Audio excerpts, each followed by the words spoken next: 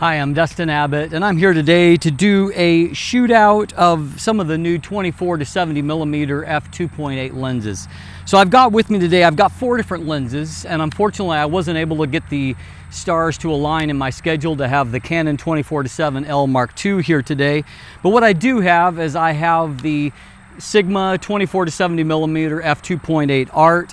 I have the older generation Tamron 24 to 70 millimeter f2.8 VC lens, and then I actually have 2 copies of the new Tamron 24 to 70 G2 lenses.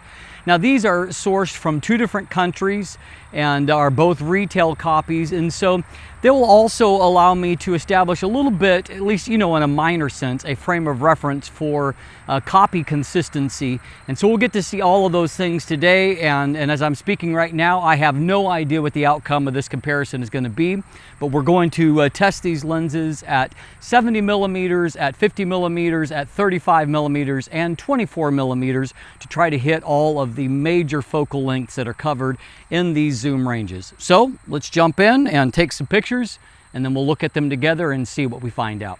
Okay, so for this process, what we're going to do is we're going to compare a number of these lenses at various focal lengths. We're actually going to go in reverse order here. We're going to start at 70 millimeters on, and I'm going to start by comparing the G2 and the new Sigma 24 to 70 Art, because I think that's really where a lot of people are really wanting to know which one of these is the sharper lens or the better of the lens. And so this comparison is not going to determine that. It will, however, show you some patterns when it comes to the actual resolution from these lenses.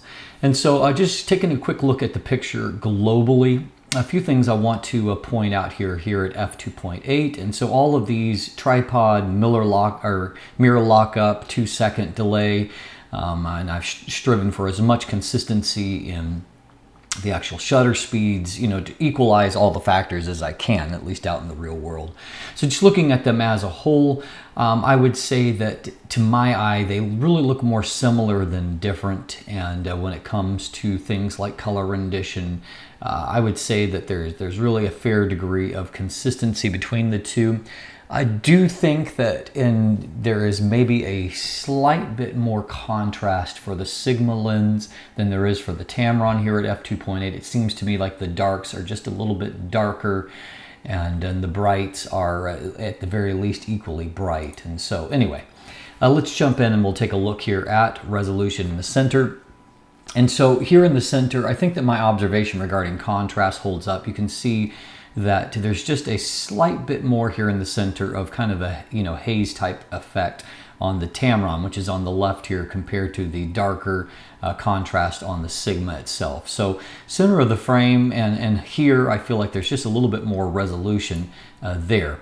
And so looking off towards the edge of the frame, that I still prefer the contrast. However, when it comes to the actual raw resolution, there's not really an advantage on the edge of the frame any longer. The Tamron is equally as good there, not necessarily better. However, a trend that I observed as I looked throughout these images, and I shot far more than what I'll actually show for time's sake in this comparison at a greater variety of apertures. But what I found is that for the most part, the Tamron showed deeper improvements stop down than what the Sigma did, although still here in the center they are basically equal. Not really a clear advantage for either lens. Looking out towards the edge of the frame, however, we see that the Tamron is looking better. For one thing, I think that any kind of vignette clears up a little bit faster on the Tamron, but also it's quite even across the frame, particularly stop down, and so you just get greater gains towards the edge of the frame by comparison when you compare these two lenses. Now, for those that were interested in focus breathing, obviously there's the potential that all of these lenses might focus breathe to some degree. But that being said, I don't find here that the Tamron is, if anything, I think it is showing a little bit tighter framing than what the Sigma is. There's definitely more of this section exposed on the Sigma lens than there is on the Tamron. And if we look at the opposite side, there are they're roughly equal over here. There's maybe a little bit more showing on the Tamron side. So I mean, the framing is not identical, but I mean, bottom line is that neither one of these lenses looks any shorter than the other in terms of the rendering that I'm seeing here. Now let's take a look comparing it to the previous generation. This is the VC Tamron 24-70 VC lens, and so we're going to see some observations that I noted. Number one, here in the center, the contrast actually looks to me a hair better on the older lens at 70 millimeters. And so, you know, detail resolution is roughly the same. Contrast looks a little bit better. One thing I really noted, however, is that Tamron has obviously changed, and this is true, and we're going to see this at a number of different focal lengths, aperture values, that Tamron has really improved kind of the consistency of the focus or the resolution across the frame. What we saw was that in the center of the frame it produced a really nicely crisp result, but out towards the edge of the frame here it's a little bit of a blurry mess, whereas the new G2 lens, it was as sharp, it had a little less contrast in the center, but it is vastly improved along the edge of the frame, and so that's just something to realize. Also, if you look in this area right here, which I think probably shows vignette the heaviest, my observation is that the vignette is a little bit lighter from the G2 lens than it is from the older lens. Now, stopping both of these down to f4 definitely shows an uptick in contrast in the center of the frame for the G2 lens, and so now I would say that they look pretty much the same in the center of the frame. If we look out towards the edge, you know, the older lens really has not improved all that much towards the edge of the frame, whereas now the G2 lens looks pretty much as good at the edge of the frame, you know, as it does in the center. There's a really consistent performance there. And if we look down in this corner, you'll see that vignette is essentially cleared on the G2 lens. There still is a little bit more darkening on the G1 lens there towards the edge of the frame. So we have my original copy here that comes from the US, and so we'll call this the American lens on the left, and then I've got a secondary copy that is sourced from Canada, and so we have the Canadian copy on the left. This is really going to help us to determine kind of consistency between the lenses, some copy consistency, and obviously this is still a small sample size, but I think we can at least hopefully see a few trends here. So if we look towards the center of the frame, to my eye there is slightly better contrast in the center of the frame on the one on the right. However, you know, it's a bit of a splitting hairs observation, not really all that different. Looking out towards the edge of the frame, again, more similar than different. I might slightly prefer the detail on the copy on the left, but again, it's more similar than different, which is actually good in this case. We want to see consistency between the copies. Stopping them both down to f4, let's just take another quick look here. You know, I would say that the one on the left has made a slight bit more improvement, my American copy, than the Canadian copy did at the center of the frame. However, once again, it's marginal at best. And so, you know, good news is at least at 70 millimeters, the margin of error is fairly small here. Both of them seem to be, you know, reasonably well centered, and so, you know, across the frame, I'm getting what I would consider to be fairly consistent results here. So moving down through the range now to 50 millimeters. When I did the Art Series review, I noted this as being by far the strongest point for the Art Series lens. And so I will observe that there is a little bit more vignette that I can see on the Sigma here than I do on the Tamron. Tamron vignette, even at f2.8, 50 millimeter-ish, about 51 millimeters, is it's very minimal. Neither one of them have it very strong, but there is a little bit there. So looking at the center of the frame, again, this is best case scenario for the Sigma, and I would say that there is a slight advantage for it there. You know, that combination of probably more contrast than resolution, but there still seems to be slightly more contrast at the center of the frame. However, it is very close. Looking towards the edge of the frame, this is where Sigma delivers the most even performance across the frame, and it's on display here. I like the edge performance. better at 50 millimeters here on the Sigma than I do on the Tamron, and that's true on both sides of the frame. Stopping them down to f4, it shows definitely an uptick in contrast for the Tamron. As I said, the Tamron seems to improve more when stopped down than what the Sigma does. I would say that they look roughly equal now, and that's true right out to the edge of the frame. And so once again, if you want to get kind of best case scenario from these lenses, particularly with the Tamron, I would recommend a slight bit of stopping down. Okay, now a comparison to what we're calling the G1 lens here. And so kind of a similar trend. If we look wide open once again, in the center of the frame, I see just a tick more contrast from the earlier generation lens. Looking out towards the edge of the frame, however, you can once again see that there's definitely much more even optical performance from the G2 lens across the frame. If we stop them both down to f4, we see once again the G2 lens gets that contrast boost in the center, and then looking out towards the edge of the frame, the G1 has not really improved all that much stopping down, whereas the G2 is looking pretty fantastic now, very, very even and consistent across the frame at f4. All right, now comparing our American and Canadian copies, and so taking a look here in the center of the frame, once again, there's not a whole lot to distinguish these. Maybe a tick more contrast on the left side, but not enough to really be hardly all that observable out in real world use. That being said, I do think that out on the edge of the frame, I do see a little bit of improvement on the left copy compared to the right. And we'll see how it looks at the other edge of the frame. The other edge of the frame, that is less true, and they're equally good, perhaps even a slight bit better on the right. But bottom line, once again, is that we have for the most part a pretty consistent result.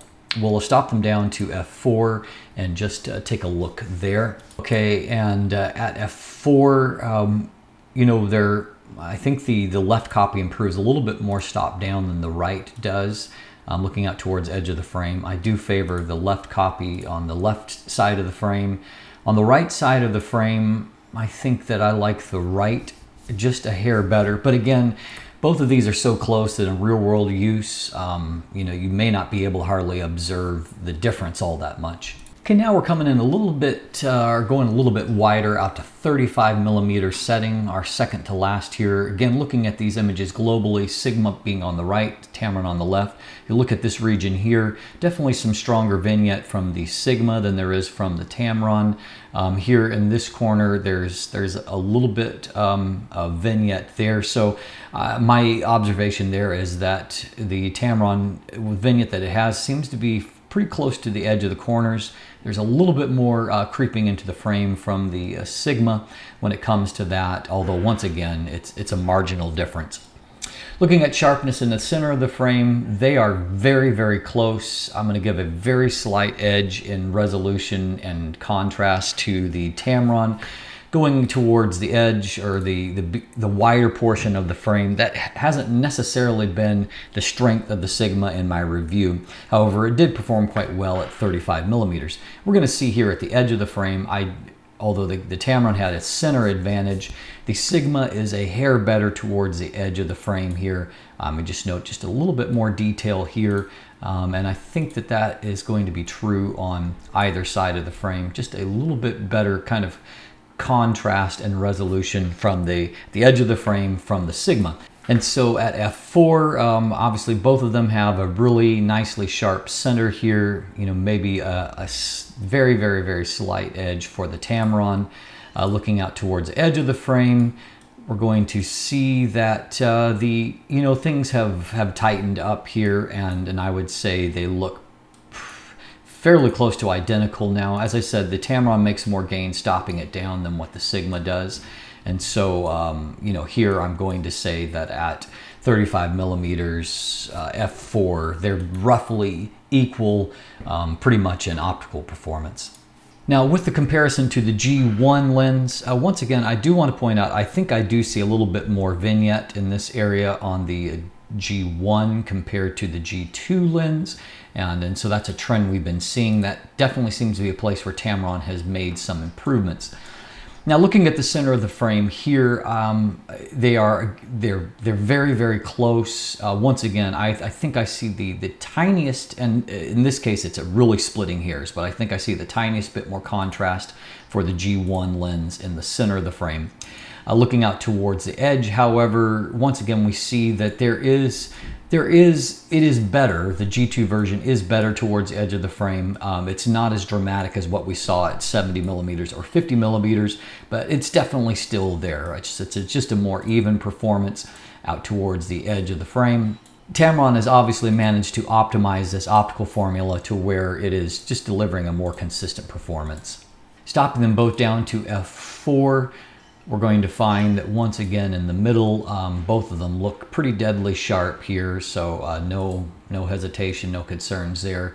Towards the edge of the frame, I mean, it's still G2 all the way. It just makes it's much better at the edge of the frame. There's no question about it. So one more time, looking at copy consistency, we're comparing American on the left, Canadian on the right, and looking at the center of the frame, a very similar result here. So that's good for consistency. Looking at the left edge of the frame, that looks very similar to me. And I think there was a very slight lighting change during this period.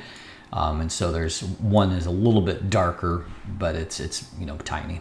Now, everybody's use of lenses like this varies, of course. For me, the most important portions of this zoom lens, and really most all zoom lenses, is going to be the two extremes. The widest portion, in this case 24 millimeters, and then the 70 millimeter, and that's where I'm going to live most with them. And so those are both important to me. That's why we started with 70. We're going to end with 24 here. Now, once again, definitely evidence of greater vignette from the Sigma lens than from the G2 lens. And so a good job by Tamron in managing that. And so as we look towards just kind of looking at these images globally first, once again here about framing, I would say that the Tamron goes a slight bit wider than what the Sigma does. Just kind of looking at these globally, I see more of this board here than I do on the Sigma. Whereas on the right side, there's just a hair more of that board showing on the Sigma. So that accounts for a very slight bit of different framing, but there's definitely more in the frame with the Tamron than there is in the Sigma. So, if that's an issue for you. And so looking at the center of the frame, both of them actually look quite good here in the very center of the frame.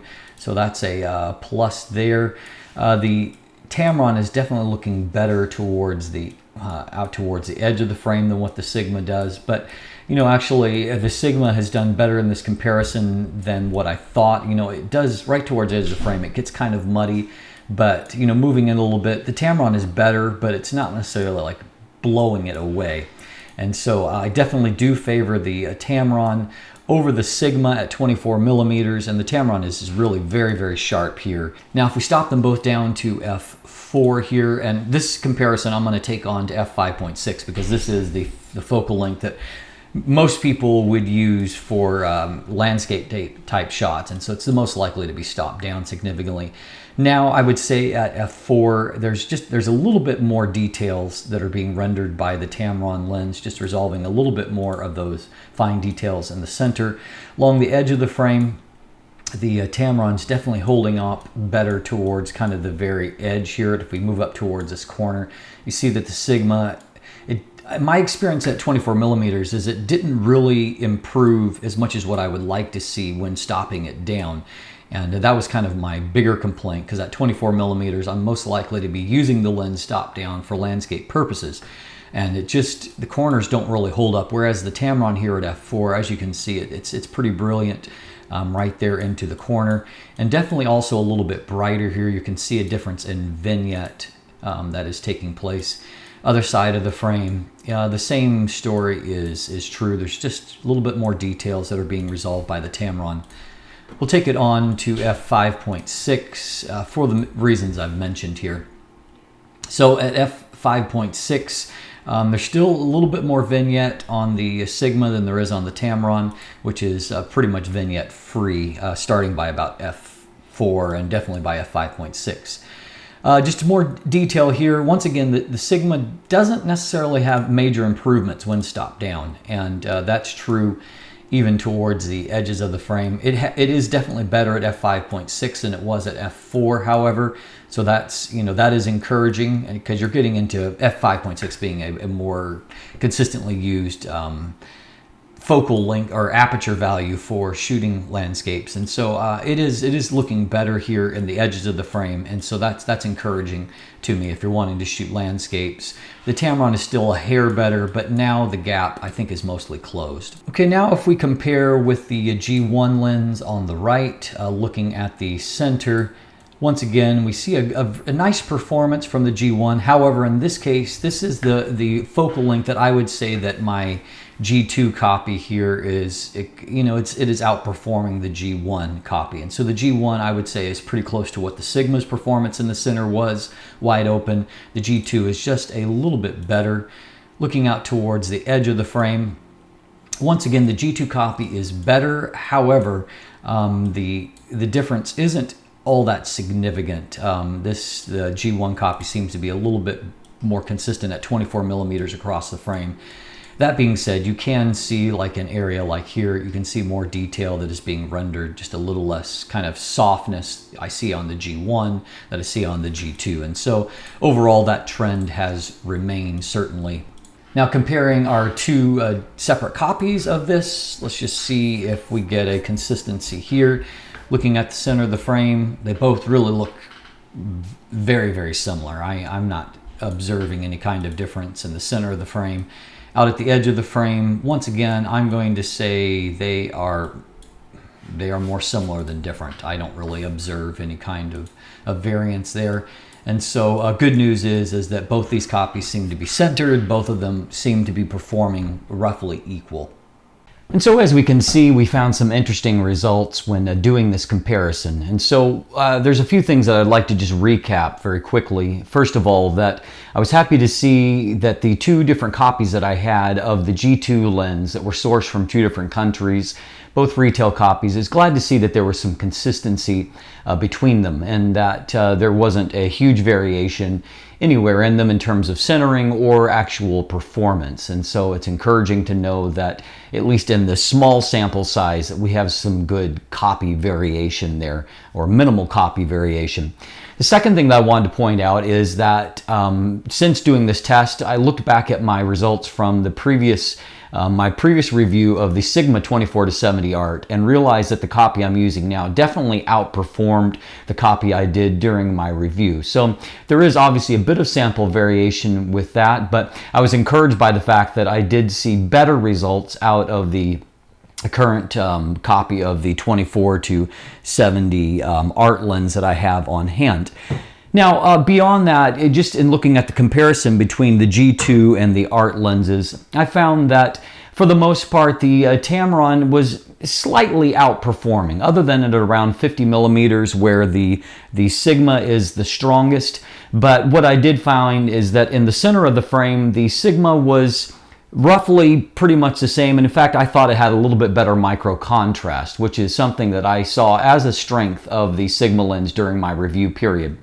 As you move out towards the periphery of the frame beyond the center, the Tamron pretty consistently outperformed the Sigma at almost all apertures and also at various focal lengths. And one of the strengths of the Tamron compared to the Sigma is that it definitely shows more improvement when stopped down than what the Sigma does. That being said, with the current copy of the Sigma that I have on hand, even at 24 millimeters, which is a place where I definitely consider the Tamron to be the sharper of the two, but with this copy, stopped down to about f5.6 and beyond, the results roughly equalized across the frame, making it a better, at that kind of natural landscape focal length.